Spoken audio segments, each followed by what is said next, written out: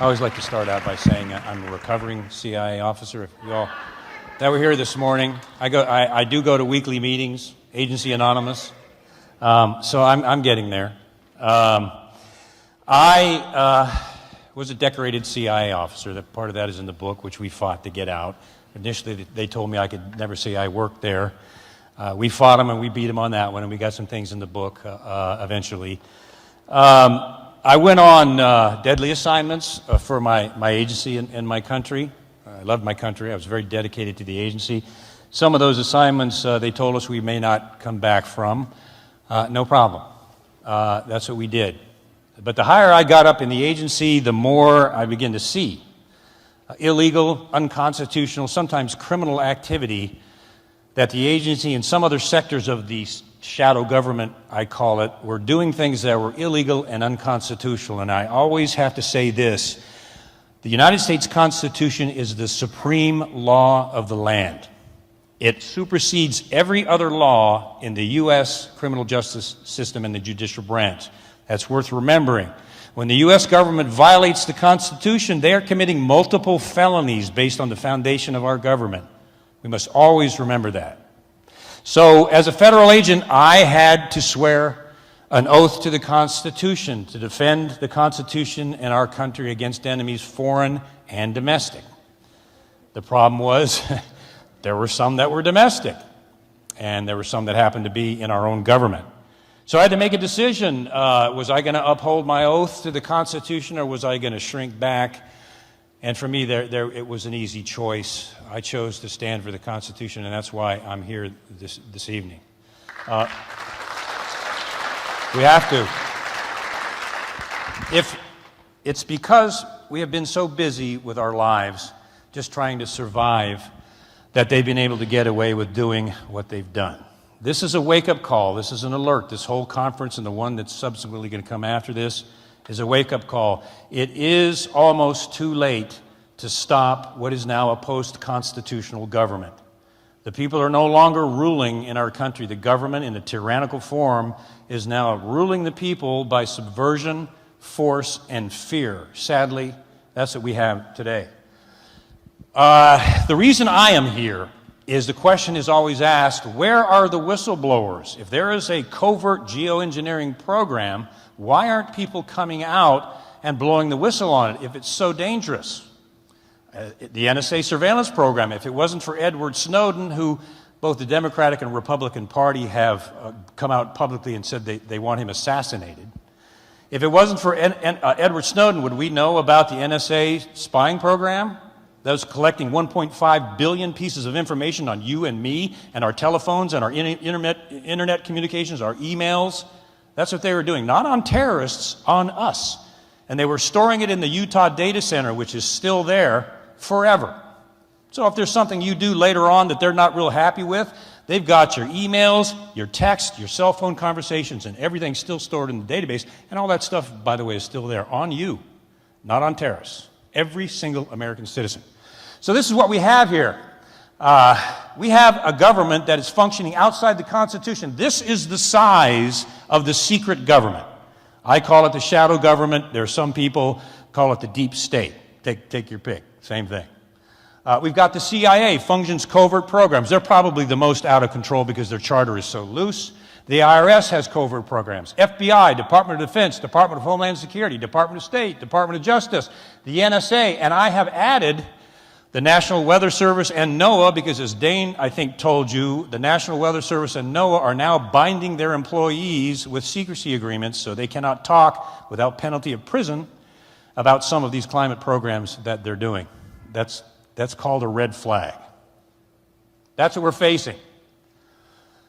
Here is the first whistleblower, John F. Kennedy. The very word secrecy is repugnant in a free and open society. One of the greatest speeches ever given in terms of the Constitution. And there is a very grave danger that an announced need for increased security will be seized upon by those anxious to expand its meaning to the very limits of official censorship and concealment. That was a prophetic message by John F. Kennedy, April 27, 1961.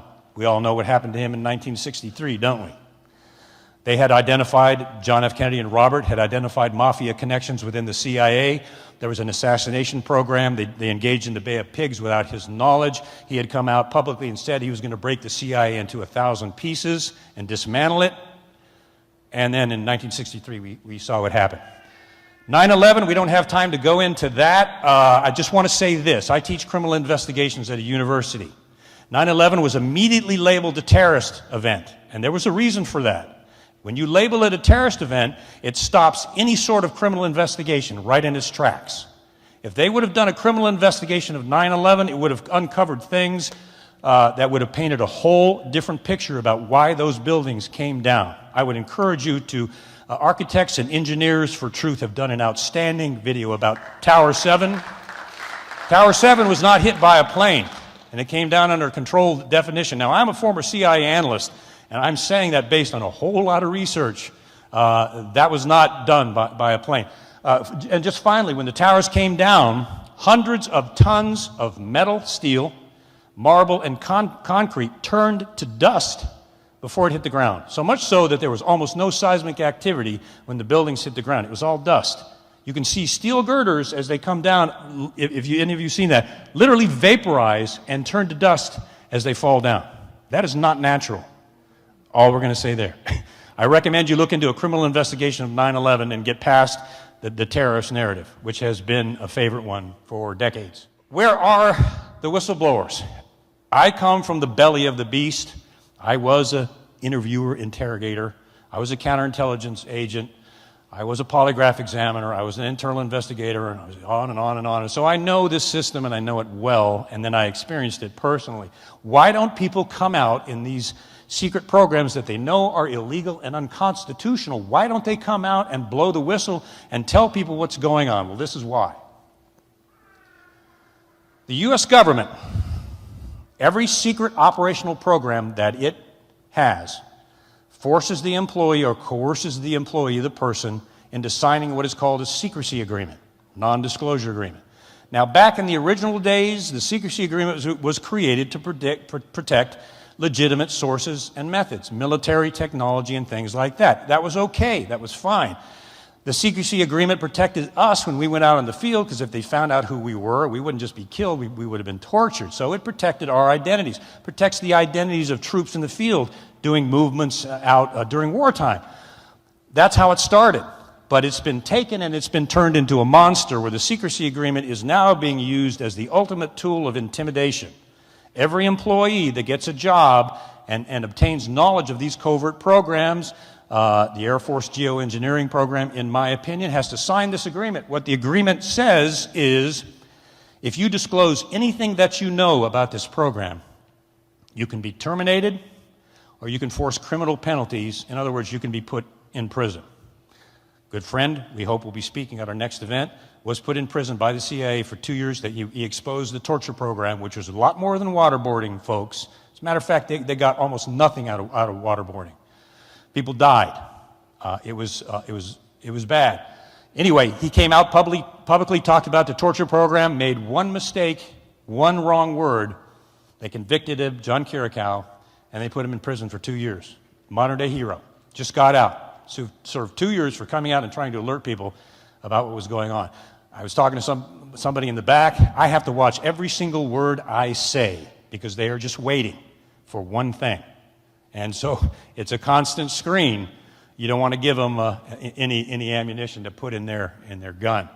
So there's binding power, penalties, and threats for the secrecy agreement. That stops 99% of the people right there. Oh man, I'm not going there. I'll just look the other way. I don't want to go to jail. I don't want to lose my job. I don't want my life destroyed. Now, there is a massive, mammoth, complex, secret mechanism in the U.S. government. It's called the intelligence community. It is so powerful that not even the Congress or the Senate can control it. Matter of fact, it controls them. It does whatever it wants. They have these Senate investigations, and they'll come and they say, sorry, Senator, we can't tell you what we're doing because you don't have the agency clearance. And that's where it's shut down. Benghazi is an example. The NSA surveillance program is an example. Where did those go? Nowhere. And I sit on the Citizens Commission of Benghazi, and that's a whole other story, maybe the next conference. Anyway, It began in 1948. I talk about this in the book real quickly. An Air Force B-2 bomber had 4 RCA civilian engineers on board. The plane went down in a horrible accident. A couple of the pilots parachuted out. All 4 engineers were killed in a horrible crash. The widows of the engineers demanded to know from the Air Force why the plane crashed and why their husbands died. The Air Force came back and said, well, we can't tell you that because it's secret. Turns out it was gross negligence on behalf of the pilot. Drove the plane into the ground. Hit the wrong flaps, hit the thruster instead of the opposite, and literally drove that bomber right into the farmland. I've been to the site. I have pictures of it in the book. So the families pushed it and said, no, it wasn't classified. You can't do that. We're suing you for the death of our husbands. So the United States government, the executive branch, created what's called the state's secrets privilege. The state's secrets privilege was literally, the wording was derived from the monarchy of the King of England, which gave the King of England absolute power to shut down any case they deemed was unacceptable. Just shut it down. The state secrets privilege was used to shut down these 4 widows' case. It was shut down. It was sealed in federal court so that no one, including Congress, the Senate, and their attorneys, would ever see it. That's where this all began in 1948. And it's gotten far worse from there. People who have been made sick, or their family or anyone else, they have lost all their rights to due process. They're not told that. I found that out the hard way when I tried to sue the government, and they came back and said, sorry, pal, you don't have any rights. So I took a different course, which I'll tell you about here in a moment. So that's how they shut them up, too. There is within each federal agency, now remember, since 1948, this procedure has been perfected. It is a science to destroy a whistleblower from the very beginning. They come to a supervisor. They may even have the courage to call their congressman or senator about this illegal operation. And the first thing that happens is they start getting promotions denied, even though they're top performers. Their promotions are denied. They're given embarrassing assignments where they're put in the corner of a building somewhere so that everybody knows that they're being penalized for this. If they continue to blow the whistle and push it even farther, they'll do things like this. I have seen this personally. They'll raise the interest rates on the credit union loans so that their cars and other loans are unaffordable. If they try to pull out their retirement funds to provide for their family, especially in the case where they've been driven out of the organization will block their retirement funds so the family will be destroyed financially. Now that is a felony. For a federal agency to deny the retirement funds of an employee is a felony. I've seen them do that. And it was an interesting case. They will do that. Now, another thing that they will do, just so you all know this, and I want the public to know this too, what they'll do is they'll say, okay, we can see that you're very stressed out by all this, and we want to help you. So we're going to refer you to the Office of Medical Services so you can undergo some psychological counseling to help you sleep at night and make you better and get rid of your anxiety. So we're going to set up an appointment for you to meet with a psychologist. Now, where do you suppose that goes? The interview's over, the document is falsified, employee is paranoid, obsessive, compulsive, and disgruntled. That goes in the file, so if it ever does get to the Congress or Senate or court, they pull out and say, well, look, he or she went under an evaluation and they're basically unstable, end of story, shut the case down. Part of an intentional process. It is a campaign. Inspector generals, you guys, you know that every federal agency has an IG, an inspector general, right? They're created, supposedly, to oversee that agency and keep it out of criminal activity, right? Well, wrong. A lot of inspector generals, now I have to give some kudos to the state IG because they helped me expose one particular operation. My agency's IG, I submitted a 15-page complex documented report documenting my family was exposed to toxins. My wife was bleeding out of her gums. She was bruising all over her body. She had lost her short-term memory. She was on morphine because of severe headaches because of the toxins they didn't want people to know about that she was being exposed to.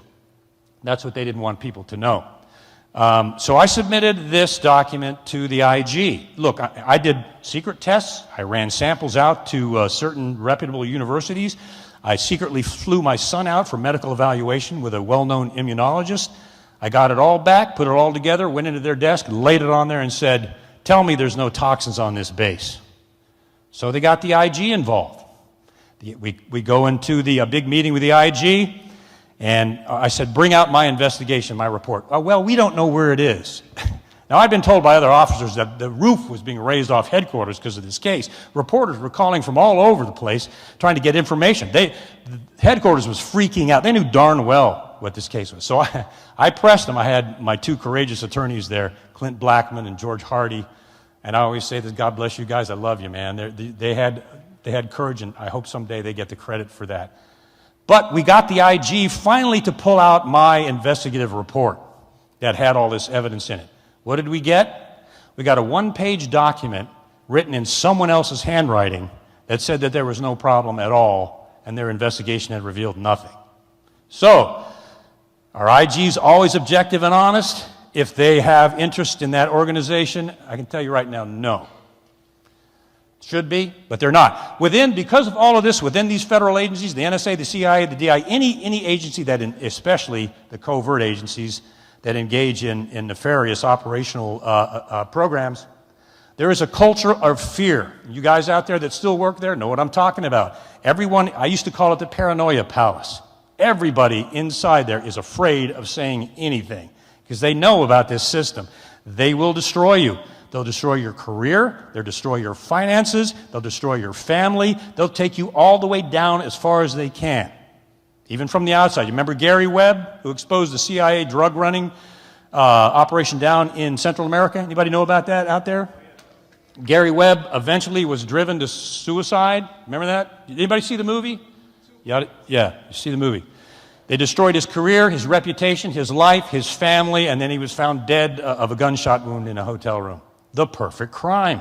Drive him to suicide, and there's no culpability, and your problem is gone. Frank Olson jumped out of the CIA LSD program, jumped out of I think it was a 6-story window of a hotel room, committed suicide because he had found out that the CIA was drugging people with LSD without their knowledge. What a coincidence. Frank commits suicide. John F. Kennedy, again. How far will they go? Will they go that far? I think we all know the answer to that. And in a constitutional government, that's alarming, at the very least. Now, they tell us, 2012, the Congress and Senate came out with, we're going to take care of this. Whistleblowers being at risk and their lives being destroyed, their careers being destroyed. So we're going to pass the 2012 Whistleblower Protection Act, allowing any whistleblower that sees any illegal activity on the part of the government, we're going to protect them so they can come out and report it. Sounds good, doesn't it? Sounds like a good thing. What they don't tell you is if you read down through the act, anybody that has signed a secrecy agreement, is involved in any covert government program, or handles anything classified, is not covered by the Whistleblower Protection Act. They have no protection. They are 100% at risk. And there are some that have come out thinking they were protected by this, and they were not.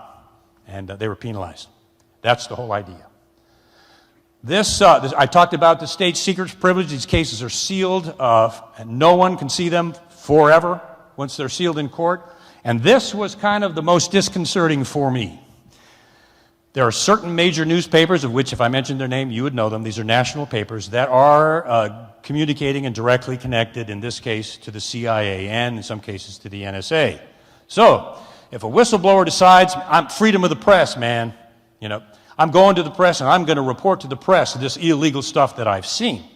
So they call up XYZ national newspaper, and if you do enough checking, you'll find out who that is. I want to tell you my story. I want to tell you what I've seen. In this case, the reporter got right on the phone, contacted the CIA, and told them what this person had just reported for the story. That has been done several times with this paper. They communicate with the CIA regularly regarding what they're going to publish and what they're not going to publish. Chilling. I call this massive structure the shadow government. Another fellow calls it the deep state. Take your pick. But I want to show you how massive this secret government is. Now, this is since 9/11. I can tell you a lot of this was pre-existing 9/11. Most people think that the NSA surveillance program was a result of 9/11. Isn't that what you've been told? The NSA surveillance program existed before 9/11 happened. That's what they're not telling you. 1,271 government organizations involved in secrecy within the United States. 1,931 private companies, large private companies, involved in secrecy in the United States, bound by the secrecy agreement. 10,000 intelligence locations across the United States. Did you get that? 10,000 secret locations, not overseas, not in China, not in Indonesia, not inside the United States. Now, the CIA legally is only supposed to have a foreign charter. Anybody know that? It was forbidden from having any operations within the United States. That was its restraint. That restraint is now gone. 10,000 locations, 4.8 million Americans, and that's just the ones we know of, hold government security clearances and are bound by and threatened by the secrecy agreement to stay silent. Now, the figure's a lot bigger than that, but that's a lot of people and their families and everybody that they're connected to. Do you think they're going to speak up if it means total destruction? Probably not. 854,000 people hold top secret security clearances, which has severe penalties, and there's compartments above that, some of which I had, that have even stricter penalties. But that is the number of people that have top secret security clearances where they've got the keys to the kingdom, essentially. Each one of these agencies employs the secrecy agreement as a binding tool. Now, it used to be to protect legitimate classified information. It has morphed into a threat.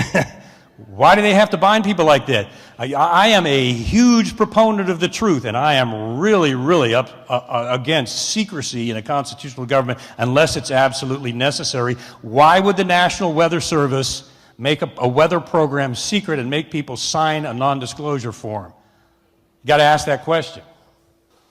The military-industrial complex, tens of thousands of government contractors. The government comes, for example, most people don't know this, the CIA has a technical firm it's created called In-Q-Tel.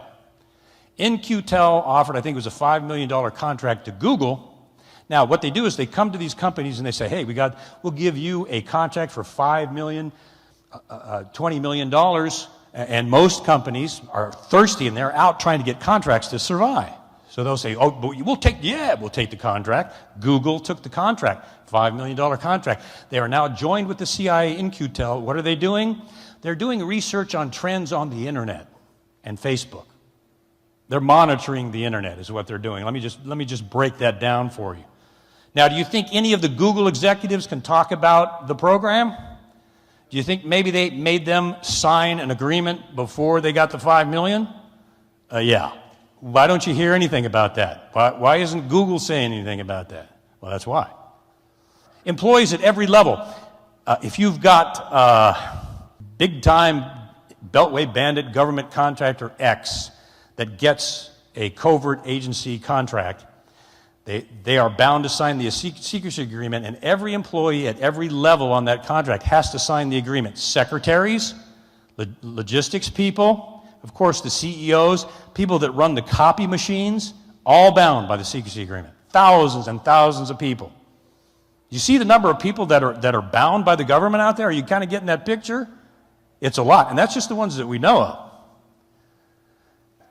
Here's a good quote. The top secret world of government created in response to the terrorist attacks of September 11, 2001 has become so large, so unwieldy, and so secretive that no one knows how much money it costs, how many people it employs, how many programs exist within it, or exactly how many agencies do the same work. And then I italicize the next one. Not even Congress knows the size and the extent of this intelligence secret apparatus. That's why I call it the shadow government. They don't even know how big it is. They don't even know a lot of things that the CIA, especially, and others are even engaged in overseas. Syria is a prime example. This is a separate secret government that operates, and this is the part that really gets to me, it operates outside the Constitution. We are now in a post-constitutional government. It's over as far as the Constitution goes. That's why I'm here. Some of us want to bring that back. And the only way to do it is to stand up against this. And there's risk involved, but we have to do it. Because if we don't, we're going down. Have we created a monster? My gosh. If you knew the size and extent, yes, we have. It's shocking. Now, Dane played this, and I want to emphasize this because this is more than a smoking gun. When the director of the CIA comes out, anybody know anything about the Council on Foreign Relations? So you know who he's talking to, don't you? All right, a little global action going on here, all right? But when the director of the CIA comes out and makes a speech, every word is refined, winnowed down, and everything he says means something. Everything. Listen to what he says. Another example is the array of technologies often referred to collectively as geoengineering. Kudos to Dane. They're coming out and they're saying it. That potentially could help reverse the warming effects of global climate change, one that has gained my personal attention. Geoengineering has gained the personal attention of the director of the CIA. That means something. Is stratospheric aerosol injection, or SAI. Now let me tell you, based on my humble and meek experience, when the CIA comes out and admits something like this, they've been doing it for at least 20 years. That's the first thing. The second thing is, it's about to be exposed. Or he wouldn't be saying this. This is beyond a smoking gun. Now, some people will say, you just got that off a conspiracy internet website. I mean, come on. Well, you know where I got this from? CIA.gov, the CIA's own website. They're putting it out there on their website in writing. Now, why would they do that? Unless it's the two things I just talked about. They've been doing it for a while, and the cat's about to come out of the bag. The vax people are going to do such a much better job in this, but I just wanted to mention, because I hate cover-ups, because I lived one, personally. And that's what's happening with the vaccine-autism connection in a big way. Covering up the truth at the expense of young children and their health and the families that are ruined because of this. So you want to know the connection between autism and vaccines? You know who the first people to ask are? The parents. The ones who saw their child's behavior before the vaccine and what happened after the vaccine. One of the doctors on Vax said that real medicine is an art where you listen to the patient and you watch it. That was a wonderful statement. Only a parent knows what their child was like before that vaccine and what their child was like after the vaccine. And if the doctor was honest and not connected to big pharma and money, he would listen to that parent. And if the CDC really was open to a true investigation, they would conduct studies to find out how this was happening, number one, and number two, how they can possibly treat these children, wouldn't they? Why are they not? Billions of dollars, let's just start with that. Nature of government, that also.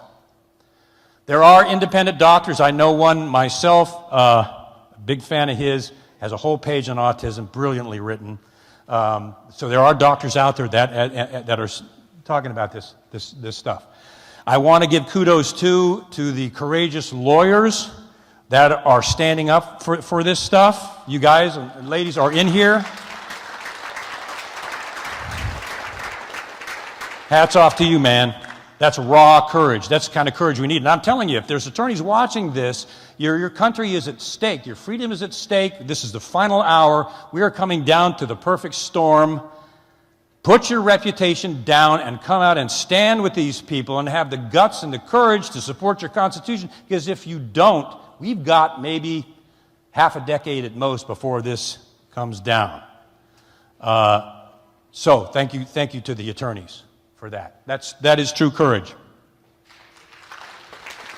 The Vax people will talk about this. The CDC insider that is going to be talking about some of these things. There are some people still out there that have courage. That's what we need today, is that kind of courage. The age of cowardice in the United States and being caught up in your pension and being caught up in how much you make and your next promotion and your granite countertops and all of that, those days are gone.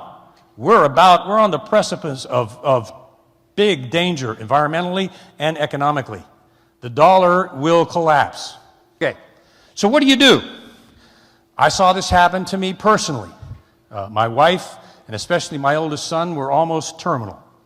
They covered it up. They told me I could never say I worked for the CIA. They told them they could never tell anybody about their case because of the state secrets privilege. What do you do in a case like that? Well, There's only one thing to do. You write an expose. So I wrote From the Company of Shadows. Not for self-glorification, trust me. There was none of it in that. It was one heck of a battle. When the book was written, I'll show you an excerpt. This is one of the excerpts from the book, one of the pages of many. There is nothing classified in this excerpt at all. Nothing. It's talking about Blackout began receiving threatening letters accusing them of security violations and commanding them not to exchange correspondence with our family. And just a system that they use of intimidation is what it's talking about. And they blacked it out. Now, based on an executive order issued by President Ronald Reagan, for the CIA to black information out because of negligence or because of it's embarrassing is illegal. It's criminal to do that. Violation of the Constitution, supreme law of the land. Well, they did. So, here's another excerpt from the book. Now, this talks about what they do to the families. They take away their names. They give them fake names like the Doe family. There's fake names here that are blacked out. They're not even their real names. They're fake names, but they black them out. Because they don't want you to know that they use fake names to cover the identities of innocent mothers and children who have been exposed to serious toxins in a secret government program. This picture that I put in the book has a lot of meaning. I'll explain that to you in a moment. Down at the bottom, Blackout's identities and case facts are hidden in secret. That's not even their name behind that blackout. It's a general term.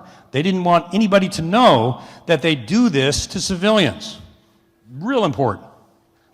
So what did I do? I call this in chapter 25, the tyranny of secrecy. We have a tyrannical government that is now functioning with a huge abuse of secrecy and silencing anybody that will stand against it by classifying everything. This photograph here, when I wrote the book and they blacked these things out, I had a decision to make. What am I going to do about this? I swore an oath to the Constitution. Who's going to win? Government intimidation or the Constitution? Well, it's a painful choice, but it's kind of an easy one. So I built a code into the book. I refer to it as a shadow code, and there are things in it like this. This shadow is the actual shadow of the young man that almost died from this toxic exposure. They didn't know whose shadow that was. They do now. Down here, it says, my family was devastated by our government's abuse of blackout. They don't want you to know how they tried to silence me. They blacked it out. Although it's out there in the public in other places. There's studies this thick written on that thing.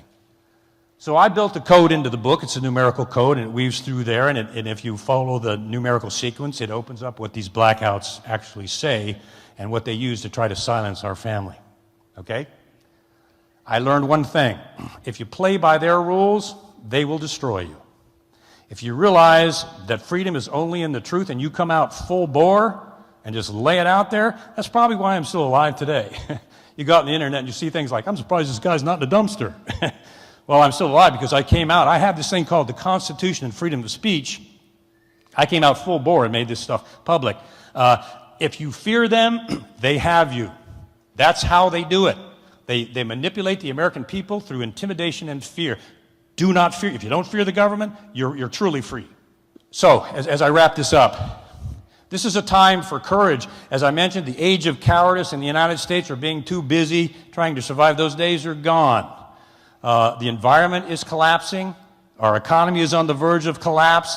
The federal government has programs in place that when the economy does collapse, to take care of civil unrest in a very extreme fashion. Some of you know about that. It's a very serious time. It's a time for courage. It's a time for truth. Secret activity, especially illegal secret activity, is like scorpions and cockroaches. You turn the light on and they can't handle it, man. They scramble for the nearest bookshelf or what, right? So it is with government. The Founding Fathers wrote document after document after document saying the Constitution was created to protect the people from the tyranny of government because government will go evil every time. That's its nature. The Bill of Rights was not written to govern the people. It was written to protect the people from the tyranny of government. That's the whole reason it was written. Courageous people like Dane, Geoengineering Watch. Does that look like a normal sky to you? God bless Dane for what he's doing. You know, he is doing this out of character, really. Raw courage and character at personal sacrifice. And I'll have to tell you, Dane is the one that got me to come back in from the wilderness, from off the grid, because I had seen this go up to such high levels, and I know some of the penetrations in the media. I had just had it. So I went off building my little off-the-grid farm and put up our solar panels, and I think Dane worked me over for a couple of months. And finally I said, you know, this guy's really a man of integrity, and I'll do it. And that's why I'm here, honestly. It's because of Dane. So I thank you, Dane. I appreciate that. Amen. I have to sit, my wife and I have to sit on our beautiful off-the-grid farm, get up in the morning, and we have to see this sky over Vidalia, Georgia. What used to be a beautiful blue sky, we have to sit there and watch this on a Monday, 94 degrees centigrade, 9 o'clock in the morning. Tuesday morning, it's not there. All those trails are gone.